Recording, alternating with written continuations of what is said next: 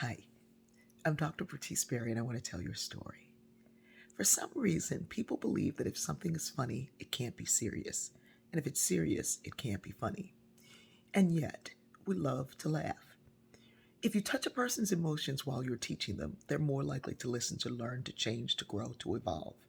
Humor is a very, very powerful emotion to tap into, and I don't think we use it enough. I started studying humor, how to use it, when to use it, who to use it with, how a so called subdominant person in a society can use it with the so called dominant people in the society, to the point that they laugh so hard that they don't feel the pain or the embarrassment or the shame, so that they want to change. This is not something that you should just try to pick up and do. It is not easy. It's not an easy task. But I had a really, really great mentor in that. This man, Professor Elliot Rudwick, was one of the funniest professors that I knew. He was extremely funny. He would do things like send your grades home. You would write the note card and address it to yourself, and you put a stamp on it and you bring it to class, and he would sign it. And he said, if it comes from Frederick Rudwick, you got an F. If it comes from Dominic Rudwick, you got a D. And on and on and on. And he said, you really hope to hear from Alfonso Rudwick. Not many people heard from Alfonso Rudwick. You had to read 6 books every week in his class, and he was going to pull a quiz from one of those books. And I don't mean little books, I mean books. Anyway, Elliot Rudwick had to evaluate me for teaching.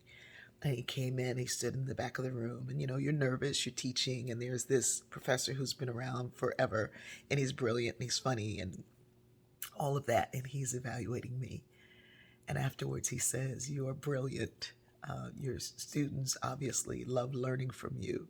He said, you have one problem. You are very, very funny. And that is a wonderful thing for your students.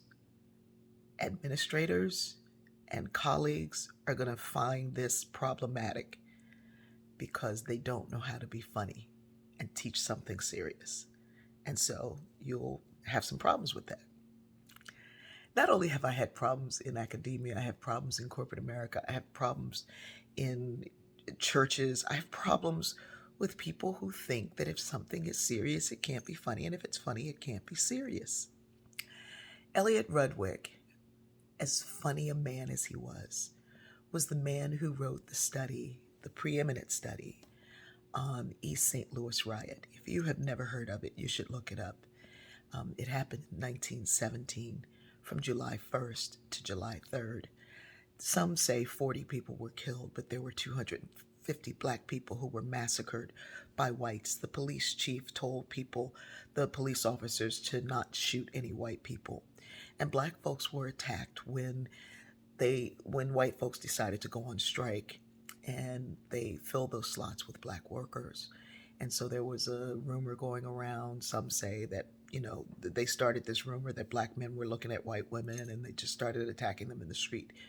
But they actually raped and murdered and burned down the houses and all of these things.